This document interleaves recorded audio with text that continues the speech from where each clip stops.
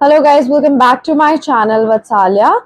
और अभी हम बात करने वाले हैं ऑल इंडिया बार एग्जामिनेशन 20 की, जहाँ पे मैंने लास्ट वीडियो में भी आपसे एक ओवरव्यू डिस्कस किया था सिलेबस का।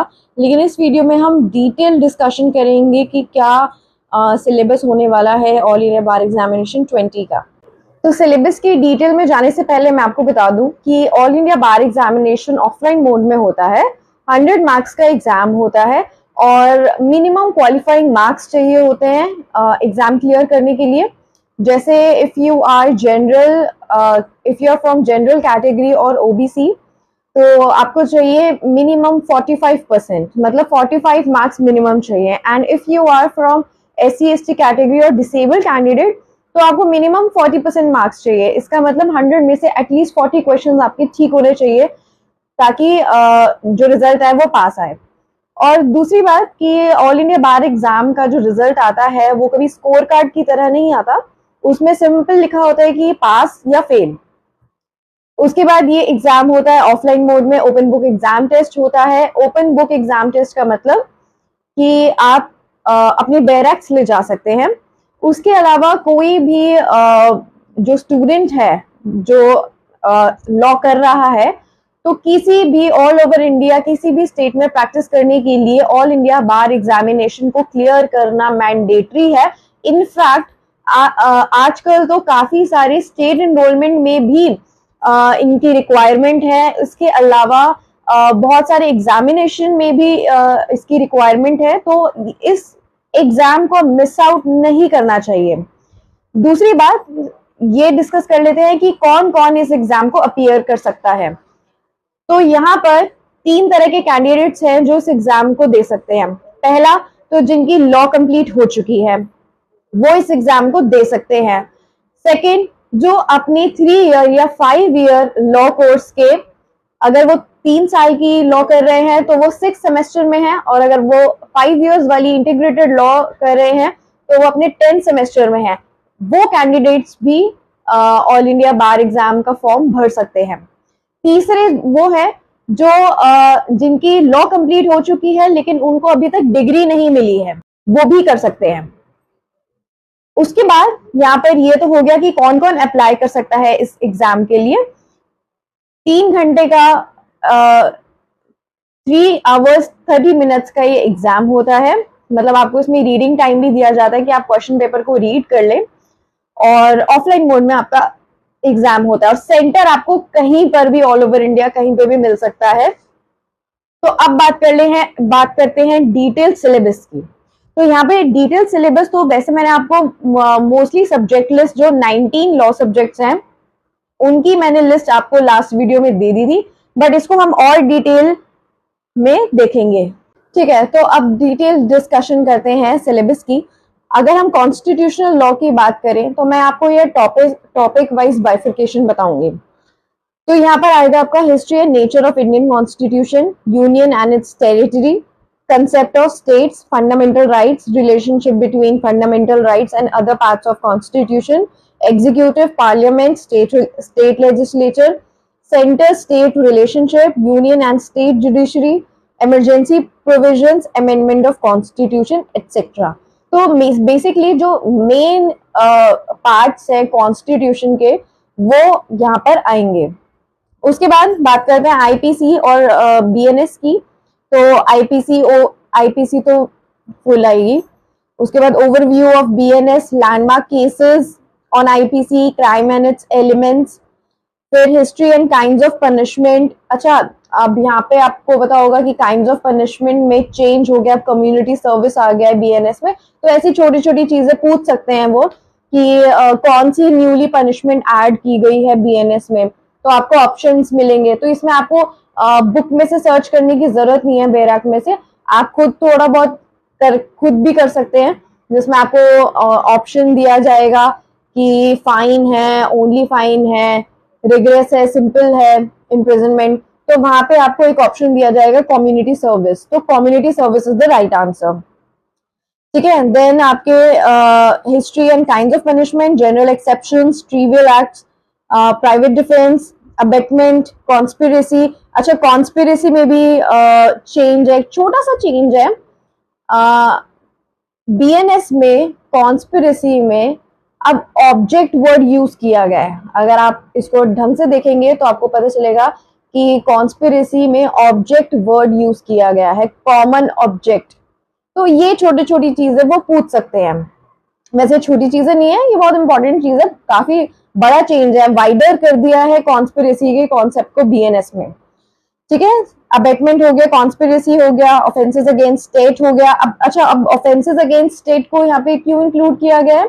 क्योंकि यहाँ पे अब आपका जो सेडिशन है, सेडिशन वर्ड जो है वो बीएनएस से हटाया गया है सेक्शन 152 में, और वहां पर बहुत ज्यादा वाइडर स्कोप दिया हुआ है। मतलब है वो सेडिशन ही, लेकिन सेडिशन वर्ड ना यूज करके उसको ब्रॉडर टर्म्स दिए हुए हैं। ठीक है, तो यहाँ पर ये पूछ सकते हैं। साथ में टेररिज्म भी ऐड किया गया है, ऑर्गेनाइज्ड क्राइम भी ऐड किया गया, तो इसीलिए ये सारे सब टॉपिक्स हैं। Then abetment of suicide, theft and extortion, crimes related to marriage. इसके बाद बात करते हैं सीआरपीसी एंड बीएनएसएस की। तो classes of criminal codes, code of session, code of judicial magistrate, special judicial magistrate, sentences of imprisonment, other important articles and sections of CRPC. फिर CPC की बात करें, initiation of civil proceedings, res judicata, res sub judice, interim relief, hearing and attendance of parties, framing of issues, decree and orders, rule made by high courts etcetera. Evidence में भी relevancy of facts, estoppel, admission, confession, oral and documentary evidence, privileged communication, expert opinion, burden of proof, examination of witnesses. अब alternative dispute redressal including arbitration act में enforcement of awards. arbitration act आजकल बहुत ज्यादा trend में है, आजकल नहीं काफी टाइम से ट्रेंड में है, और ये ट्रेंड जाने भी नहीं वाला, क्योंकि बहुत सारे इम्पोर्टेंट और एक्सपेंसिव मैटर्स आर्बिट्रेशन के थ्रू ही सॉल्व होते हैं मोस्टली, इसलिए आर्बिट्रेशन बहुत ज्यादा इम्पोर्टेंट है। तो इसमें different dispute resolution method, creation of tribunal and appointment of arbitrators, conciliation, negotiation and mediation. अब फैमिली लॉ में marriage, sources of Hindu law, HUF Hindu undivided family, Hindu minority in guardianship, inheritance, succession, ये तो सारा ही है। PIL में देख लेते हैं, concept of PIL.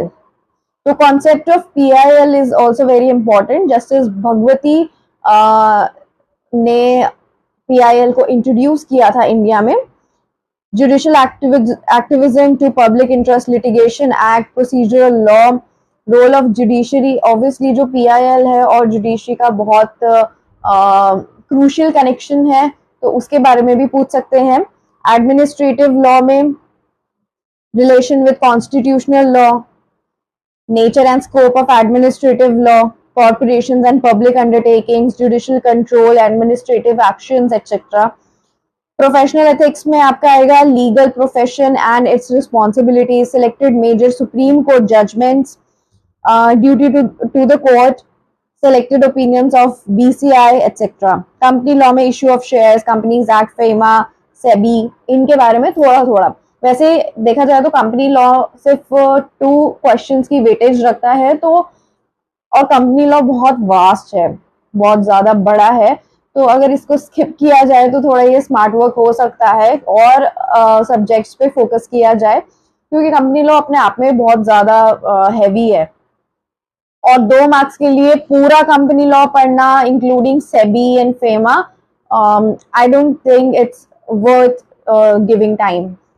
ठीक है, इन्वायरमेंटल लॉ में आपका आएगा international law in environmental protection, environmental policy, biological diversity, prevention and control of pollution. अब बात करते हैं साइबर लॉ की। तो साइबर लॉ में fundamentals of cyber space, types of cyber crimes, penalties and offences in the IT act. IT act भी बहुत important है। अब तो ऐसा कोई भी स्टेट जुडिशरी नहीं है जिसमें IT एक्ट नहीं आता, ऑलमोस्ट जुडिशियल सर्विसेज में IT एक्ट आता है। क्योंकि ऑब्वियसली अब टेक्नोलॉजी इतनी बढ़ गई है, आपने देखा होगा कि most of the proceedings are done through video conferencing, VC से होती हैं, सारी कोर्ट्स का वीसी लिंक होता है। तो उसके बाद टेक्नोलॉजी भी इतनी बढ़ गई है, क्राइम टेक्नोलॉजी से बहुत ज्यादा होने लग गया है, तो IT act is very important to control over the crimes. उसके बाद देखते हैं labour and industrial law, introduction to law and industrial dispute, labour welfare legislation, trade union, minimum wages act, law of tort में आएगा आपका liability in tort, remedies, damages, justification of tort, consumer protection। फिर taxation में direct tax, indirect tax, income tax, custom and duties etcetera. Contract में आपके सारे contract act, SRA, TPA and NI act, ये सारा आएगा। लैंड एक्विजिशन में preliminary investigation, declaration of intended acquisition, temporary occupation of land, award by collector, payment of damages, things determined while granting compensation, compensation देते वक्त किन किन चीजों का ख्याल रखते हैं वो भी। IPR में आपका Indian copyright law, introductory aspect, trademark, patent, geographical indications etcetera. तो ये कुछ आपका टॉपिक वाइज बाइफर्केशन था सिलेबस का, जो ऑल इंडिया बार एग्जामिनेशन 20 में आएगा।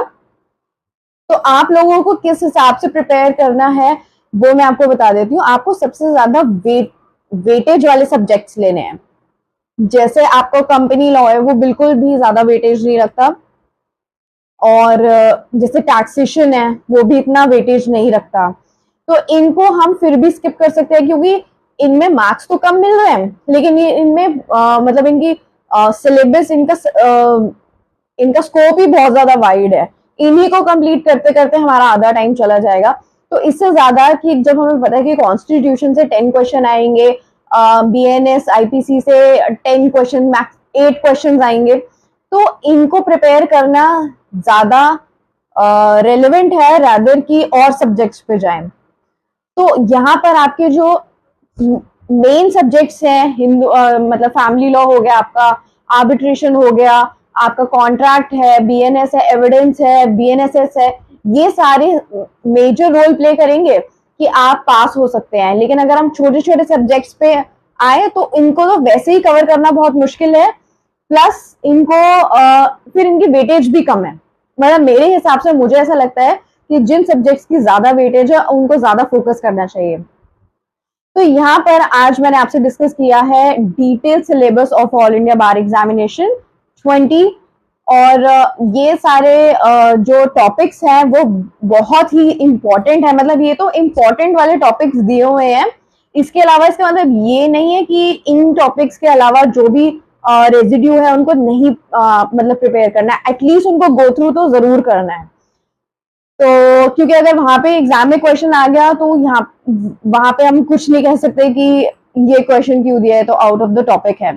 उन्होंने जब सब्जेक्ट बता दिया तो सब्जेक्ट है वो, अब उसमें मेन है और माइनर टॉपिक है, ये हमें नहीं देखना है। हाँ, बट ये है कि हमें मेन टॉपिक पे ज्यादा फोकस करना है, और माइनर टॉपिक्स पे हम थोड़ा गो थ्रू कर सकते हैं, जल्दी जल्दी इतना कर सकते हैं, लेकिन छोड़ के कुछ भी नहीं जाना है। तो आज की वीडियो में बस इतना ही कि मैं आपसे सिलेबस डिस्कस करने वाली थी। अभी 29 को आपको अपने फॉर्म फिलअप करने स्टार्ट कर देने हैं, पेमेंट भी हाथों हाथ करना, बिल्कुल भी गैप मत देना, और ऑल द बेस्ट। तैयारी करते हैं ऑल इंडिया बार एग्जाम की, और इसी अटेम्प्ट में क्लियर करना है no matter what. So thank you so much for watching the video guys, and subscribe to my channel and like my video and share my video to all your friends who are gonna appear in All India Bar Exam. Thank you so much.